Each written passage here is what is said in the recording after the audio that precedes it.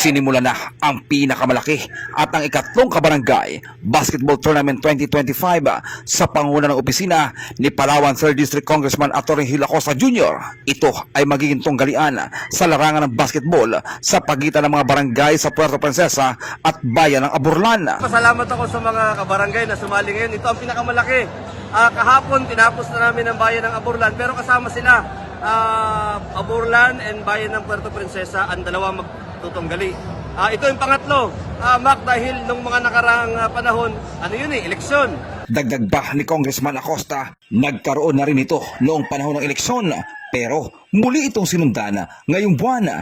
Ito ay upang ipakita na hindi lamang ito para sa politika. So para ipakita sa ating mga kababayan na hindi lang ito pang politika para sa mga kabataan ng Puerto Princesa, ginanap natin ang ikatlong kabarangay Junior Cup dito sa ikatlong distrito ng lalawigan ng Palawan. Sinimula na ito ngayong ikalawang linggo ng Oktubre na magtatapos naman sa buwan ng Disyembre.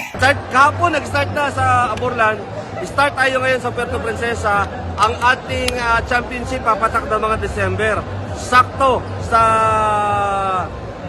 piyesta ng lungsod ng Puerto Princesa. Dagdag pa ni Congressman Acosta, ang aktibidad na ito ay isa sa mga paraan upang ipagkaisa ang mga kabataan para sa isang boses laban sa mga katiwaliang nangyayari sa ating bansa. Ito para sa kabataan, lalong-lalo na ngayon na dapat natin magkaisa sa mga nangyayari sa ating bansa, na dapat ang kabataan ay may isang boses. At isa ito sa mga paraan na tayo magbuklod-buklod at hindi lang tayo pang computer. Kailangan meron tayong gawa ng mga kabataan.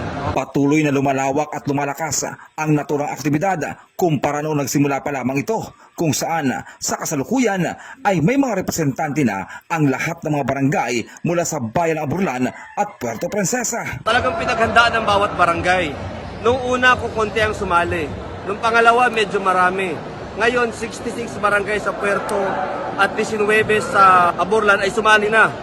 Bawat barangay meron tatlo. Under 17, under 25 at open.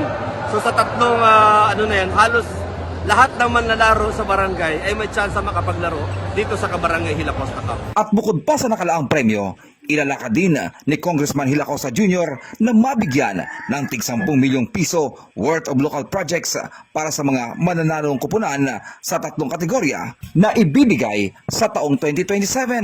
Samantala nasa pagbubukas din ng programa ang ilang mga opisyales ng Puerto Princesa na sina Vice Mayor Jimbo Maristela, Konsehal Elgin Robert Damasco at Konsehal G. Lau.